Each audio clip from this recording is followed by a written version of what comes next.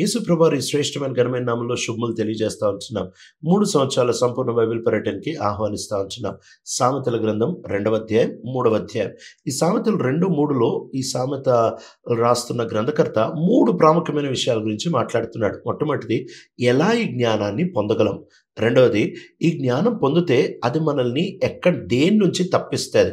మూడవది, ఈ జ్ఞానం పొందిన తర్వాత ఈ జ్ఞానం బట్టి మనకేం దొరుకుతుంది, దీని విలువ ఎంత అనే విషయాలు. ఈ 3 విషయాల్ని 2 అధ్యాయాల్లో ఆయన చెబుతా ఉంటున్నాడు. మొదటి వచనంలో నా కుమారుడా అని మొదలు పెడతా ఉంటున్నాడు. నా కుమారుడా అని మొదలు పెట్టినప్పుడు హెబ్రీ గ్రంథకర్త కూడా ఈ 12వ అధ్యాయంలో నా కుమారుడా అని ఇక్కడి నుంచే ఆయన భాగాల్ని తీసుకోవడం మనం చూడొచ్చు.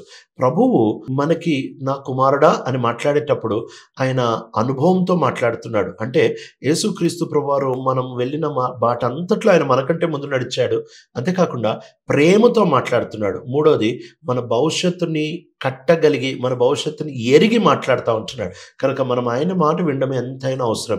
ఇక్కడ ఈ సామెతలు రాస్తున్న ఆయన కూడా అనుభవంతో మాట్లాడుతున్నాడు, ప్రేమతో మాట్లాడుతున్నాడు, భవిష్యత్తు తెలిసి మాట్లాడుతున్నాడు. కనుక ఈ మాటలు చాలా జాగ్రత్తగా స్వీకరించడం చాలా అవసరం. ఎట్లా ఈ జ్ఞానాన్ని మనం పొందగలము అని అంటే ఆయన మొదటి వచనంలో అంటున్నాడు, నా మాటల్ని స్వీకరించు అని అంటున్నాడు. నా మాటల్ని ఏదో చులకనిగా, తక్కువ మాటలుగా, చవక మాటలుగా తీసిపారేయద్దు, కానీ దాన్ని స్వీకరించు, దాన్ని అంగీకరించడం నేర్చుకో, దానికి అప్పగించుకోవడం నేర్చుకో అని అంటున్నాడు. అందుకనే చివరి దినాల్లో అపోస్తలుడైన పౌలు తిమోతికి రాస్తూ చెప్తున్నాడు, చివరి దినాల్లో ఇచ్చకపు చెవులు, అంటే ఉట్టి వింటా ఉంటారు, వినసొంపుగా ఉంటే చాలు.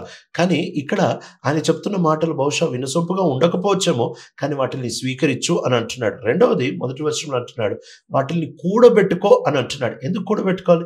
Why should we store up? ఎందుకు వాటిని కూడబెట్టుకోవాలి అని అంటే, బహుశా ఈ రోజుకే దాని అక్కర మనకు కనపడకపోవచ్చు, కానీ భవిష్యత్తు దినముల్లో ఖచ్చితంగా దాని అక్కర మనకు కనపడుతుంది. కనుక దాన్ని కూడబెట్టుకోమని చెప్తున్నాడు. ఒక విలువైనది ఎట్లా కూడబెట్టుకుంటామో, ఒక ప్రశస్తమైనది తరతరాలకు ఎట్లా కూడబెట్టుకుంటారో అట్లా దీన్ని కూడబెట్టుకోమని చెప్తా ఉంటున్నాడు. అంతేకాకుండా మూడవది, మీ చెవుని ఆ జ్ఞానం వైపు తిప్పండి, లేకపోతే చెవి ఒగ్గి ఆలకించండి.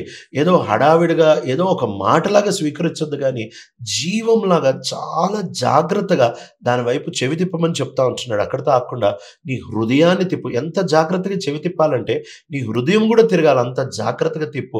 ఇక్కడ ఆయన అంగీకరించమని చెప్తా ఉంటున్నాడు, ఆయన కూడబెట్టుకోమని చెప్తా ఉంటున్నాడు, ఆలకించమని చెప్తా ఉంటున్నాడు, హృదయం తిప్పుకోమని చెప్తా ఉంటున్నాడు. ఇప్పుడు ఇంకా లోపల ఆశ పెరిగిపోతా ఉంది. ఈ మాటలు మన లోపల పడిగే కొలది, ఈ సత్యము మన లోపలికి దిగే కొలది ఇంకా ఆయన మీద ఆశ పెరిగిపోతూ ఇప్పుడు ఇంకా కేకలేయడం మొదలు పెడతాం. ఇంకా నాకు కావాలి, నాకు ఈ జ్ఞానం కావాలి, ఈ జ్ఞానంతో నింపబడాలి అనే ఆ విపరీతమైన కోరిక మనల్ని భక్షించడం మొదలు పెడుతుంది. ఇంకా ప్రభువా నాకు విచక్షణ కావాలి అని మనం అడగడం మొదలు పెడతాము. అంతేకాకుండా మనము జ్ఞానం కొరకు, అవగాహన కొరకు కేకలేయడం మొదలు పెడతాం. అంటే లోపల నుంచి ఒక నిజమైన ఆశ, ఒక నిజమైన కోరికతో, ఒక నిజమైన అభిలాషతో ఇది కావాలి అని కేకలేయడం మొదలు పెడతాం. అప్పుడు మనకి జ్ఞానం దొరికినప్పుడు మనం దాన్ని జాగ్రత్తగా, ఒక ప్రశస్తమైనది, ఒక పెద్ద ట్రెజర్, ఒక పెద్ద ధననిధి దొరికితే ఎంత జాగ్రత్తగా కాపాడుకుంటామో అంత జాగ్రత్తగా దాన్ని కాపాడుకునే వారిగా ఉండాలి.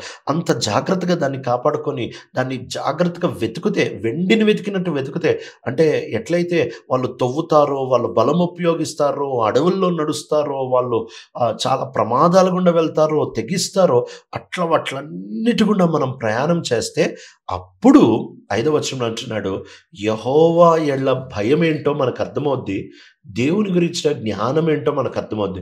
కనుక ఇక్కడ జ్ఞానము అని అంటే అదేదో ఒక తత్వంలాగా, లేక ఒక తలంపులాగా, లేకపోతే అదేదో ఒక మెట్టులాగా, ఒక ప్రాసెస్, ఒక విధానంలాగా ఆయన ఏమాత్రం మాట్లాడట్లేదు. కానీ జ్ఞానం అంటే దేవుడెవరో తెలుసుకోవడం, దేవునితో సరిగా వ్యవహరించడం. ఇంతే.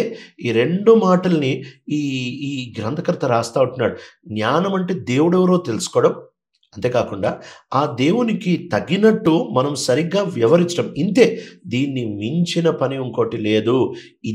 ఇది ఎప్పుడు మనకి దొరుకుతుంది అని అంటే జాగ్రత్తగా మనము హృదయం తిప్పినప్పుడు, మనము చెవి తిప్పినప్పుడు, మనం ఆశతో వెతికినప్పుడు, మనము ఆక్రందనతో, వేదనతో కేకలేసి నాకు కావాలా అని మొండి పట్టుబట్టినప్పుడు, మనం ఆ మాటల్ని ఇష్టపూర్తిగా బుద్ధిపూర్వకంగా స్వీకరించినప్పుడు అప్పుడు దేవుడెవరో అర్థమవుతుంది. దేవునికి తగినట్టు మనం ప్రవర్తించగలం. ఎప్పుడైతే ఇలా మనం దేవుణ్ణి అర్థం చేసుకొని దేవునికి తగినట్టు మనం ప్రవర్తిస్తామో ఎంత అద్భుతమైన కాపుదలంటే, చాలాసార్లు నేను ఎట్లా కాపాడబడగలము అనే ప్రశ్న మనల్ని పీడిస్తూ ఉంటుంది. అయితే ఇక్కడ చాలా చక్కగా ఆయన జవాబు చెప్తా ఉంటున్నాడు. 11, 12 వచనాల్లో ఆయన అంటున్నాడు, ఈ అవగాహన, ఈ విచక్షణ జ్ఞానము, ఈ యొక్క గుర్తుపట్టగలిగిన తనము, ఈ యొక్క ఖచ్చితమైన డిస్క్రిషన్ లేకపోతే గుర్తుపట్టగలిగి ఏది నిజమో ఏది అబద్ధమో దాన్ని గుర్తుపట్టగలిగిన ఆ శక్తిని మనకిస్తాడు. ఆ తర్వాత ఆయన రాస్తాడు 12వ వచనం నుంచి, ఆయన దేని నుంచి జ్ఞానం మనల్ని తప్పిస్తాదో చెబుతూ ఆయన అంటున్నాడు, చెడు మార్గం నుంచి తప్పిస్తుంది, మనము ఇష్టానుసారంగా విచ్చలవిడితనం మాట్లాడకుండా మనల్ని తప్పిస్తుంది, ఆ తర్వాత మనము సరైన మార్గాలు విడిచిపెట్టకుండా మనల్ని కాపాడుతుంది, చీకటి మార్గాల్లోనికి వెళ్లకుండా మనల్ని తప్పిస్తుంది, ఆ తర్వాత మనము కీడు చేయువారితో సంతోషించడం మన నుంచి తీసేస్తుంది. ఈ అవగాహన, ఈ విచక్షణని, ఈ యొక్క ఖచ్చితంగా గుర్తుపట్టగలిగిన ఈ యొక్క జ్ఞానం మనకిస్తారు. అక్కడితో ఆగట్లేదు. కపటమైన మనస్సు, కుట్రలు కలిగిన వాళ్ళు, ఆ తర్వాత చివరిగా అంటున్నాడు, వేశ్య హృదయం కలిగిన వ్యభిచారపు భార్యల నుంచి తప్పిస్తాడు, అట్లాంటి స్త్రీల నుంచి తప్పిస్తాడు. వాళ్ళు తీపి మాటలు మాట్లాడతారు, అందంగా కనిపిస్తారు, సులువుగా ఒక వ్యక్తిని లాగేస్తారు. అది గుర్తుపట్టడం చాలా కష్టం. కానీ ఎప్పుడైతే మనము నిజంగా విలువనిచ్చి దేవుడెవరో తెలుసుకుంటాం, ఆయనతో సరిగ్గా వ్యవహరిస్తామో, ప్రభు మనకిచ్చే ఒక శ్రేష్టమైన అద్భుతమైన బహుమానం ఏంటంటే, మనం చెడుని గుర్తుపడతాము.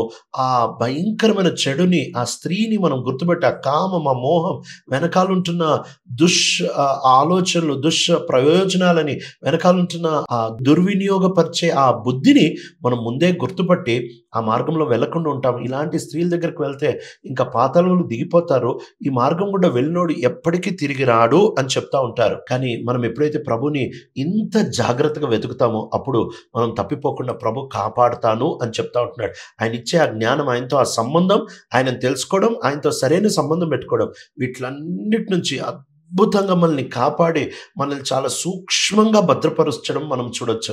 అంతేకాకుండా 3వ అధ్యాయానికి ఎప్పుడైతే వస్తామో ఈ జ్ఞానం మనకి ఏమేమి ఇస్తాదో చెబుతా ఉంటున్నాడు. ఆయన మొదటి వచనంలో అంటున్నాడు, మన హృదయాలు ఎప్పుడైతే ఆయన వైపు మనం తిప్పుతామో అప్పుడు ఆయన దీర్ఘాయువు ఇస్తాడు, ఆయన క్షేమం ఇస్తాడు, సత్యం ఇస్తాడు, దయ ఇస్తాడు. ఆయన దేవుని దృష్టికి, మనుషుల దృష్టికి అనుకూలంగా మనల్ని చేస్తాడు. ఆ తర్వాత ఎట్లా కాపాడుకోవాలి ఈ యొక్క జ్ఞానాన్ని అని చెప్తూ ఆయన అంటున్నాడు, నీ సొంత బుద్ధి మీద ఆధారపడొద్దు, నీ సొంత అవగాహన మీద ఆధారపడొద్దు, దేవుని మీద ఆనుకో, దేవుని మీద ఆధారపడు. ఆయన ఎవరో తెలుసుకుంటే ఇక మన మీద ఆధారపడం కదా. ఆయన మీద ఎప్పుడైతే ఆనుకుంటామో అప్పుడు ప్రభు మన దేహానికి ఆరోగ్యం ఇస్తాడంట. 8వ వచనం, మన ఆంతర్యానికి తాజాతనాన్ని ఇస్తాడంట. ఆ తర్వాత మనల్ని ధనవంతులుగా చేస్తాడు. అప్పుడు మనము ఆయన క్రమశిక్షణలో నడిచేవారంగా ఉంటాము. ఆ కింద ఈ జ్ఞానం ఎంత విలువైందో చెప్తున్నాడు. ఏంటి ఈ జ్ఞానం యొక్క విలువ అని అంటే, దేవుడు ఈ ప్రపంచానికి పునాదులేసిందే ఈ జ్ఞానంతో. ఈ జ్ఞానం మనకు దొరుకుతా ఉంది. ఇది వెండి కంటే మేలు, ఇది బంగారం కంటే మేలు, వెలగల ముత్యాల కంటే మేలు. ఇది సరైన సమాధానపు మార్గాల్లో మనల్ని నడిపిస్తుంది, ఇది మనల్ని ఆశీర్వదిస్తుంది, ఇది మనకి అవగాహన ఇస్తుంది, ఇది మన జీవితాల్లో భవిష్యత్తుని ఇస్తుంది, ఇది మన నిద్రకి సమాధానం ఇస్తుంది, ప్రతి అపాయం నుంచి తప్పిస్తుంది. అన్ని రకాలుగా ఈ జ్ఞానం మనకి సరిపోతుంది. మనము చిక్కు పడకుండా, మనం పాపంలో పడకుండా ఈ జ్ఞానం మనల్ని తప్పిస్తుంది అని చాలా చక్కగా ఈ జ్ఞానం యొక్క అద్భుతమైన గుణగణాల్ని ఆయన చెబుతా ఉంటున్నాడు. మన జీవితాల్లో ప్రభు ఎవరో తెలుసుకునే పని మీద యథార్థంగా ఉంటే, అంతేకాకుండా ప్రభుని తెలుసుకున్న తర్వాత ఆయనకు అనుకూలంగా నడుస్తే జ్ఞానం అనేది మన పాలుగా దేవుడు చేసేస్తాడు. ప్రియ తండ్రి, నమ్మకమైన దేవా, మా జీవితాల్లో దేవా నిన్ను తెలుసుకోవడానికి, నీ విలువ నీకు ఇవ్వడానికి, నీ ఘనత నీకు ఇవ్వడానికి, నువ్వెంత శ్రేష్ఠుడివో ఎరిగి నీ స్థానం నీకు ఇవ్వడానికి, నీకు అనుకూలంగా జీవించే కృపను మాకు అనుగ్రహిస్తున్నాము. యేసు ప్రభు మా రక్షకుడి నామములో అడుగుతున్నాం తండ్రి, ఆమేన్.